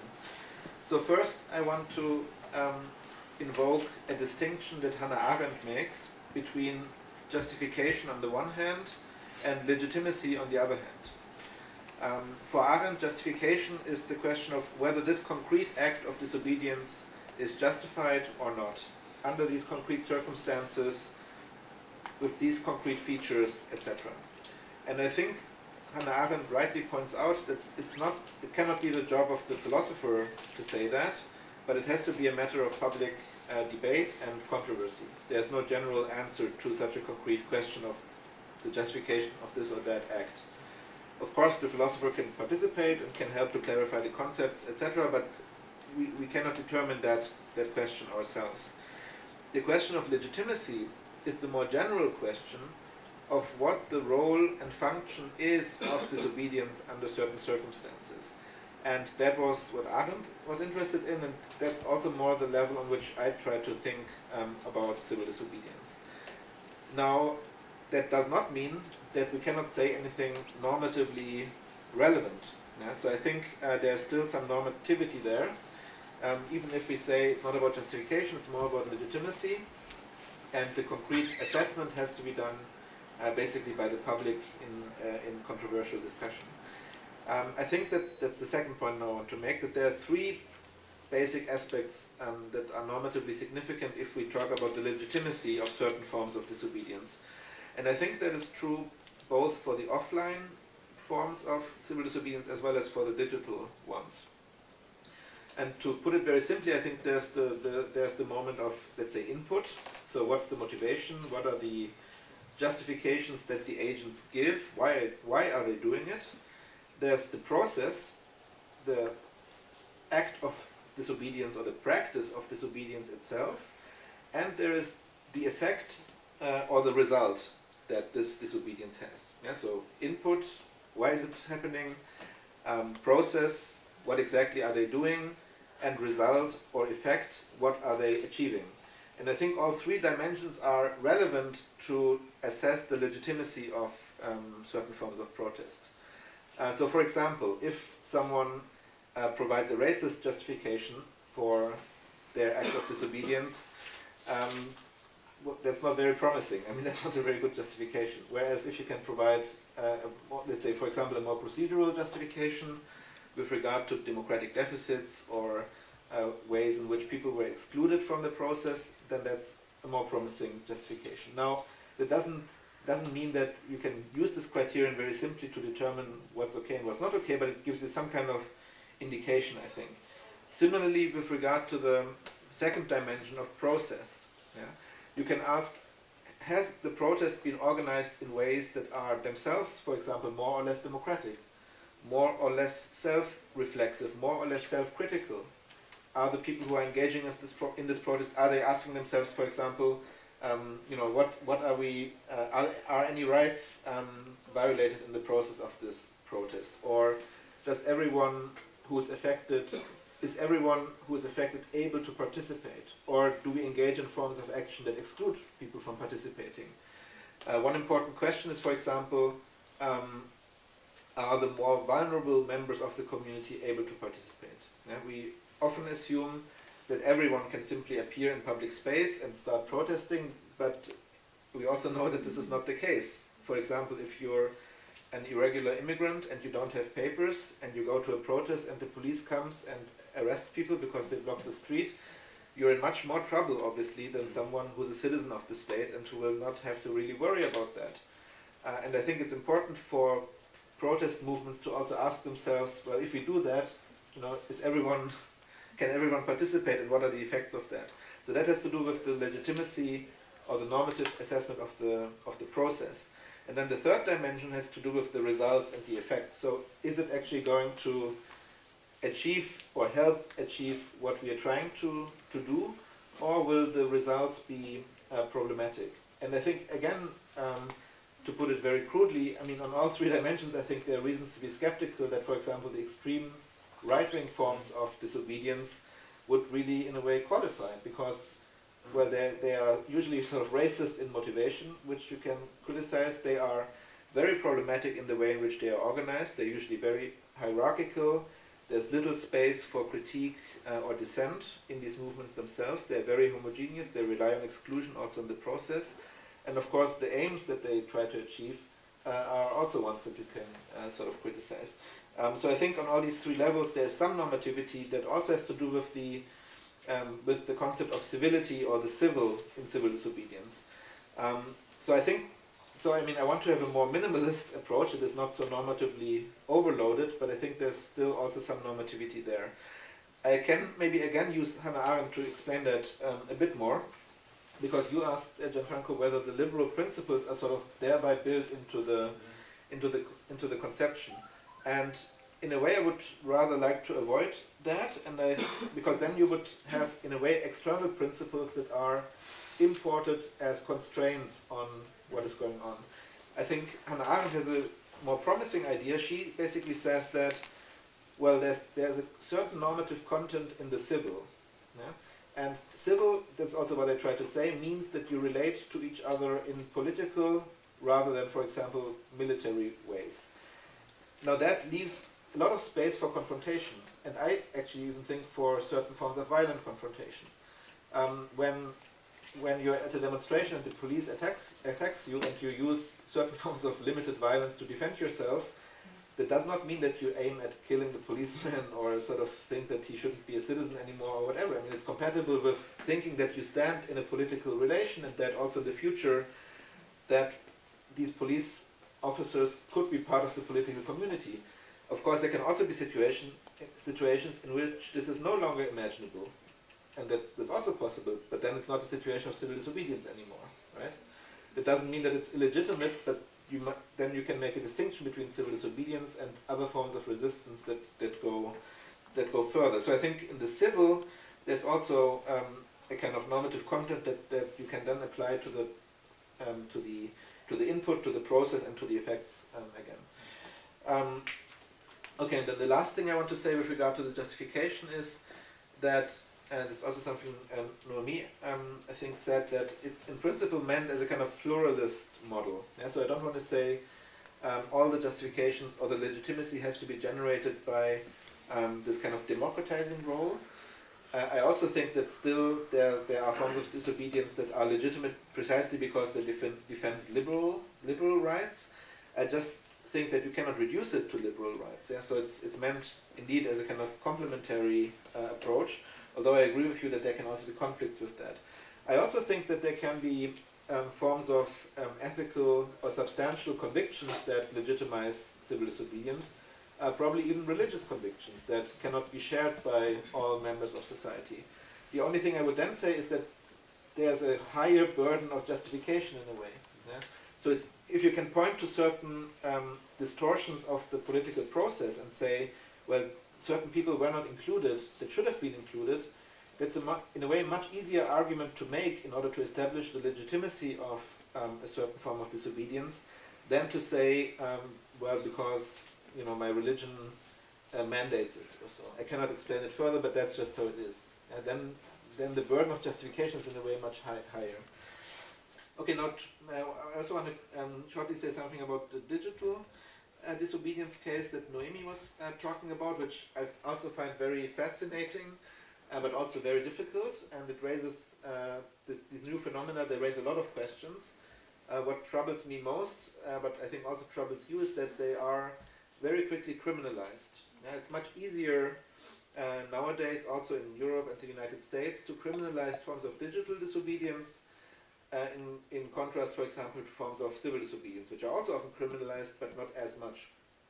So all the, in a way, progress that has been made in the public debate about how to judicially or legally treat civil disobedience have been completely forgotten when it comes to digital disobedience. Courts treat those who engage in digital disobedience extremely harshly, both in terms of prison sentences as well as in terms of money that they have to pay. It stands in no relation whatsoever to the potential damage that most of these acts are doing. So I think it's important to, in a way politically important, to show that there's a lot of continuity between civil disobedience outside of the internet and these new forms of digital disobedience. The most general problem, I think, of digital disobedience is that the means that are used for digital disobedience are exactly the same means, the ones you also mentioned, that are used for cybercrime and cyber terrorism.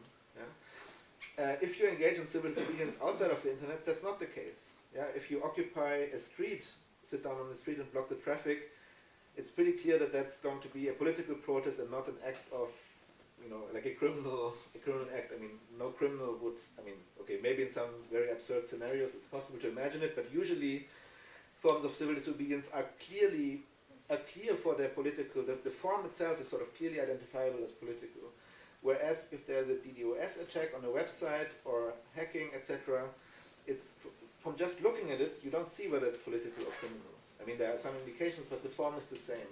So that's that makes it very complicated. Second complication with anonymous, as we say, is that anyone can claim that label. There's no, that's the point of anonymous, that it is not an organization of which you become a formal member.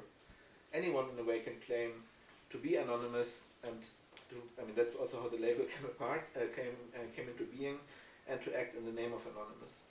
But I still think that it's possible to understand many of the actions of Anonymous, not all of them, so that's again the legitimacy versus justification distinction, according to the more general argument about civil disobedience. So I think also digital disobedience can be understood as a collective act of protest that involves breaking the law or rules that are, let's say, functionally equivalent for the internet, and aims at politicizing or changing certain structures or rules, sets of rules that govern cyberspace, and which are usually they are extremely political, but they are completely depoliticized precisely because they are set, for example, by private corporations that are in no way accountable to users, for example, which again is a kind of difference from the non-digital world.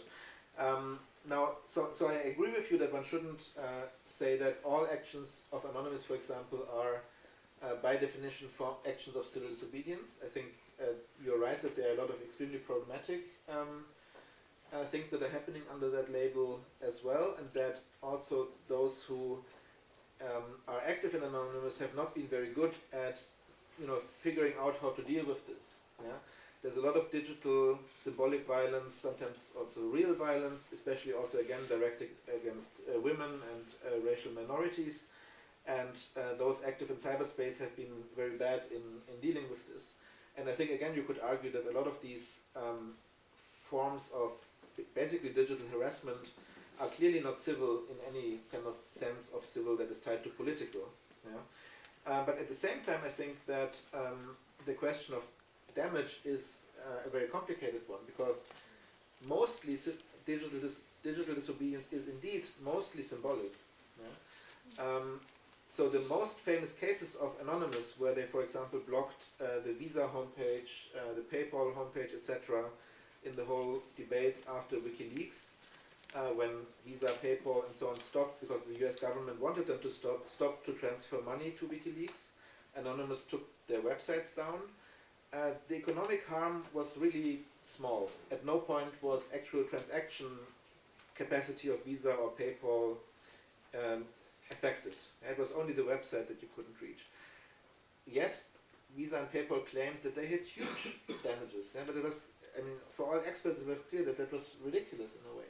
So how does one deal with that? Yeah, I think one has to be very careful of not playing into the hands of the public discourse, where the damages that these forms of digital disobedience create are massively exaggerated, including by this guy that you quote in the paper. Now that of course does still mean that we have to look very carefully on what's going on. So for example, I think it makes a big difference with regard to the legitimacy whether you attack Visa and their homepage, or whether you attack a small newspaper and sort of block access to that newspaper, which might rely in reaching its readers on the functioning of the website. Yeah? It also matters who is doing that. Is it really like a self-organized group, or is it, for example, a large corporation which also engage in these tactics, or a state, which we've also seen in the past. Yeah?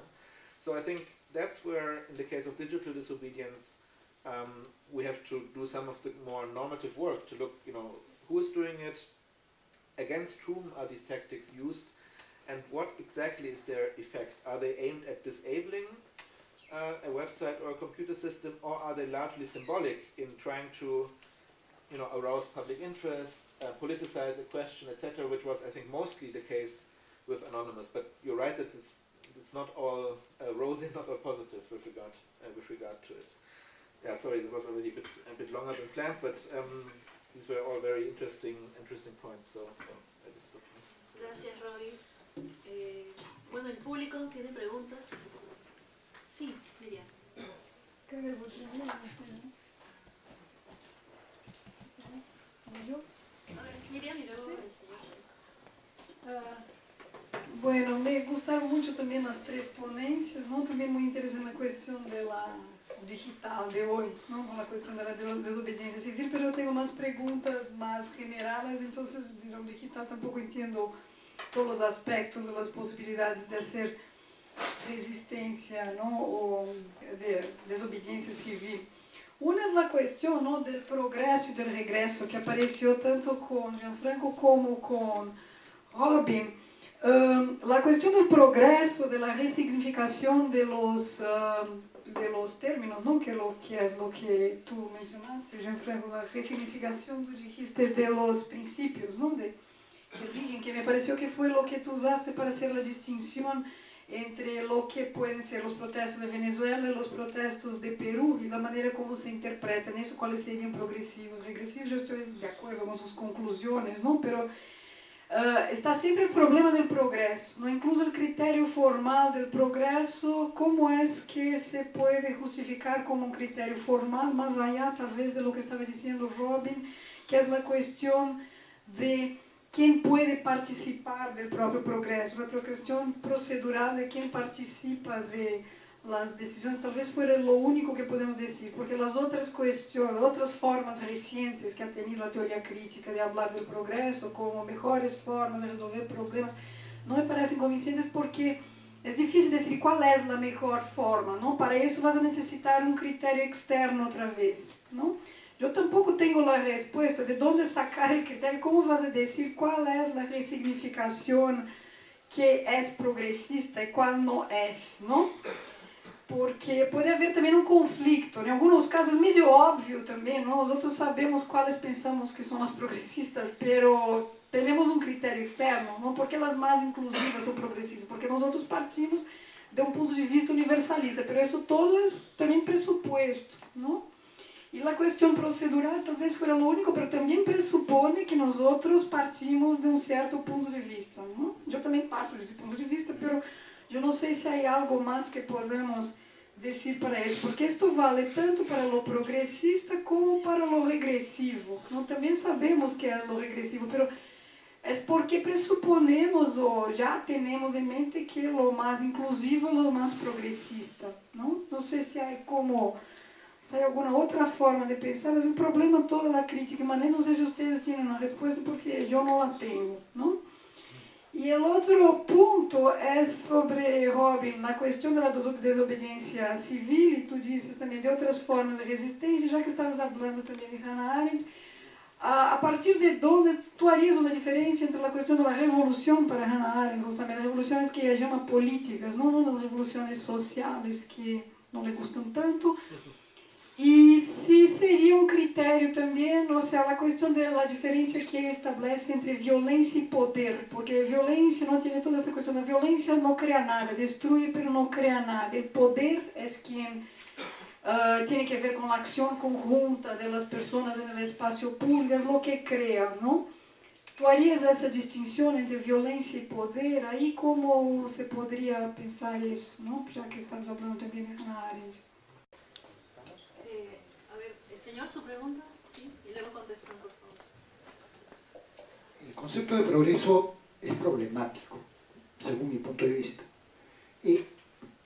Yo quisiera que Gianfranco haga un análisis de lo que se considera desobediencia civil en el caso concreto de Perú, en el caso de las manifestaciones de con mi hijo no te metas, es una desobediencia civil, o las marchas, analizando las marchas en contra del aborto, es un acto de desobediencia civil, es una manifestación de defensa civil. Yo tengo la impresión, el sentimiento de que no existe una respuesta única. Existen diferentes respuestas dependiendo de nuestros temores. El hecho de que ellos se manifiesten, que están retrocediendo de lo logrado, del ideal logrado de la familia nuclear, papá, mamá, hijito, perrito, casita, están en contra de eso. Entonces, las manifestaciones de los que piden libertad para abortar están en contra de lo que ellos han logrado, han alcanzado imaginativamente. Están temiendo eso. ¿Eso es defensa civil? ¿Esa es una protesta por desobediencia civil? ¿Sí o no? Según la opinión de Gianfranco.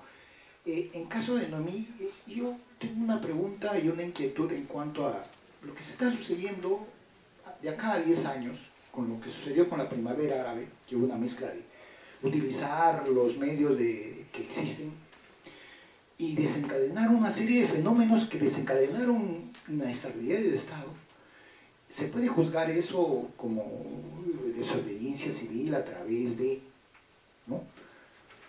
Por ejemplo, ¿no? Todos nosotros tenemos teléfono celular, ¿no? Casi se ha universalizado. Pero el teléfono celular, sí. Por favor, para que... Sí, es un medio de vigilancia. O sea, por el teléfono celular te pueden ubicar dónde estás, qué estás haciendo, todo eso, ¿no? Es protesta cibernética utilizar un buscador que no sea Google, por ejemplo, utilizar Tor. ¿Eso tú concibes como desobediencia civil a través de Internet? Gracias. Sí, por favor respondan.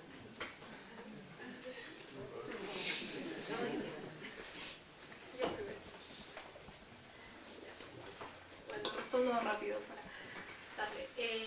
Lo que pasa es que la desobediencia civil es un concepto desarrollado por mucho tiempo en la teoría en general, entonces no todo movimiento social, no toda protesta social puede ser considerado como desobediencia civil. Por eso me refería mucho al punto de que la perspectiva radical no es, digamos, diferente o totalmente opuesta a la liberal, sino que la complementa, porque la liberal tiene toda una trayectoria que busca definir la desobediencia civil con la finalidad de trazar sus estándares para decir, ese movimiento social ingresa como legítimo o no. Entonces, no cualquier cosa puede ser considerado como desobediencia civil. Eso en primer lugar. Entonces, por ejemplo, esa cuestión básica de si es una revolución, no está considerada de todo como desobediencia civil porque supuestamente desde la concepción liberal tendría que estar dentro del marco de un Estado de Derecho. En cambio, una revolución como la Primavera Árabe quería bajarse todo el sistema, digamos, de gobierno, ¿no? Quería convertirlo en democrático. Entonces eso definitivamente no puede trazarse como un caso de desobediencia civil. Ahora, desde la perspectiva radical, la potencialidad de algunos actos que no necesariamente van dirigidos a una ley, por ejemplo, sí podría considerarse como caso de estudio para evaluar sus posibilidades, pero no necesariamente para decir, bueno, todo tipo de movimiento social debe ser considerado como legítimo, ¿no? Sí, gracias por las dos preguntas. Empiezo con la última, creo que es la más breve de responder y la única que creo que tiene una respuesta. La otra es un proyecto abierto. No voy a hacer un análisis porque no me va a dar el tiempo y posiblemente tampoco tenga la capacidad para hacerlo, pero voy a tratar de responder puntualmente, ¿no? En Perú, en el caso concreto, que fue la pregunta, movimientos como Con mis hijos no te metas, yo creo que no serían considerados como desobediencia civil. Porque para que haya desobediencia civil tiene que haber una acción de protesta en contra de una ley. En este caso, lo que se quería impedir era que exista esa ley. O sea, era un acto de desobediencia, entre comillas, que estaba adelantándose a una situación que todavía no existía, ¿no? Lo que sí puede ser llamado, ese caso, es un intento de conservar un estado de cosas alcanzado, como tú dijiste, ¿no? En este caso, mantener una definición estricta y fija de lo que es la familia o lo que es el matrimonio.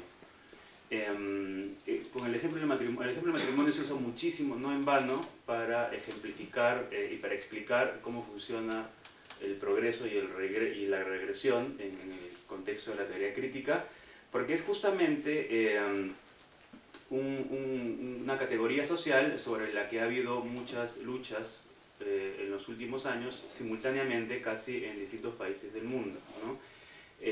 Aquellos grupos o movimientos sociales que están a favor de la aprobación de una ley de unión civil o cualquier tipo de forma de matrimonio para personas del mismo sexo, lo que están buscando, según mi interpretación y la de otros muchos, es en principio resignificar lo que significa la institución del matrimonio en una sociedad.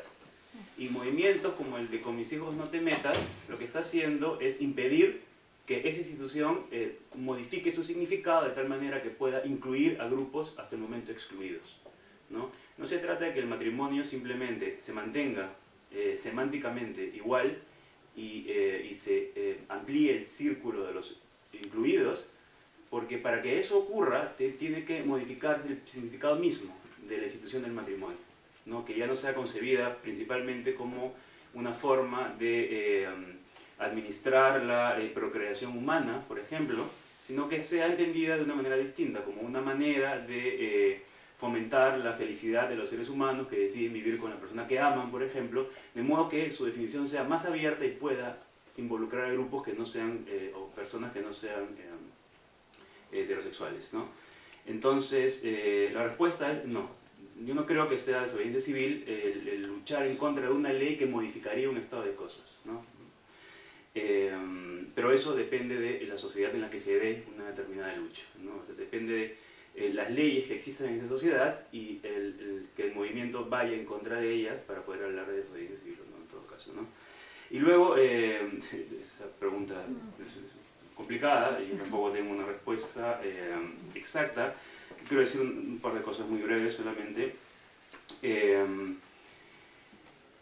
Yo creo que sí es problemático medir el progreso o la regresión según cualquier tipo de resultado, y a eso me refería, ¿no? Tú hablaste de una especie de relativismo en cuanto a qué se considera como progreso. O sea, no todos pensamos que el progreso es lo mismo. En cualquier caso, todos partimos de una cierta precomprensión de lo que consideramos que es bueno, mejor, ¿no? o malo o peor. Y yo estoy de acuerdo con eso, y incluso más, yo diría que casi todos, de alguna manera, al menos de manera tácita o intuitiva, estamos de acuerdo con principios semejantes. Todos, o casi todos, creemos que la libertad es algo bueno, que defender la vida es algo bueno, que la justicia es algo bueno, que el bienestar es algo bueno, pero no todos le estamos dando el mismo contenido a esos grandes ideales de la modernidad. Y el espacio donde esos ideales se concretizan y se buscan realizar es ya en sí mismo un espacio de lucha, ¿no? Progreso, se podría hablar de progreso cuando se fomenta que exista la posibilidad de reinterpretar o de la convivencia plural de múltiples interpretaciones, ¿no? Que al menos exista la posibilidad de que las partes involucradas puedan dar su opinión acerca de cómo están entendiendo la libertad, ¿no? Como libertad liberal, como libertad socialdemócrata, cómo entienden el mercado, cómo entienden el matrimonio, etcétera, etcétera. Y en ese sentido, decía que el progreso debe entenderse más en términos formales, ¿no? No se trata de que uno diga, ok, una sociedad es mejor porque entiende a la libertad de esta manera, eso ya sería basarnos en el resultado del proceso, sino simplemente que haya la posibilidad de esta multiplicidad de voces para que cada grupo afectado pueda, a partir de su propia experiencia, colaborar en la construcción colectiva del significado de estos valores, ¿no? Yo estoy siguiendo aquí casi al pie de la letra lo que diría Russell G.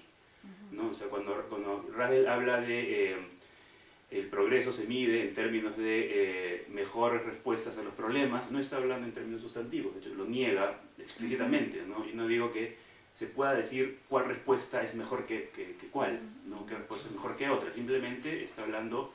Y eso lo dijo además en Berlín hace poco, que ella prefería en todo caso el término acumulación de experiencias más que el de proceso de aprendizaje, que quizás era un poco ambigua la formulación de progreso en términos de proceso de aprendizaje, porque podía dar justamente lugar a este tipo de malinterpretaciones, ¿no? Pero bueno, la discusión felizmente está abierta todavía, así que sí, va a seguir por muchos años. Gracias. Yeah, thanks a lot. I mean, I also don't have a more worked out answer, but I mean, 2 points I want to make. One is with regard to what you said about where we all have these presuppositions and we have to start from somewhere, and this is just another point of view. I mean, on the one hand, that's true, of course, but on the other hand, I'm not entirely in agreement with it, because I think that if you, for example, look at, let's say, to make it simple, like racist or sexist attempts of engaging in civil disobedience, I think that you cannot just say, well, that's just another presupposition. I think it's really implausible, because if you think that civil has any content, I mean, it must refer to something like a political argument or political logic in the action. But I think Arendt and Rancière and others have made a similar point. They are entirely right in saying, if you're a racist or a sexist or nationalist, you refer to something non-political, something presupposedly biological or whatever, and ground your politics in that. That's not that's not engaging in a political argument or logic. That's actually something anti-political. It's saying that there's something, the nation, the superiority of our race or of men over women, that is somehow pre-politically given, and all politics follows from that. I think Arendt is entirely right in saying that's not a political position at all. So I think it's, I mean, in a way that's a conceptual argument against claiming that there could really be a kind of, you know, like racist politics in the genuine sense of the term. It doesn't get us very far because obviously there's still racist politics going on, right?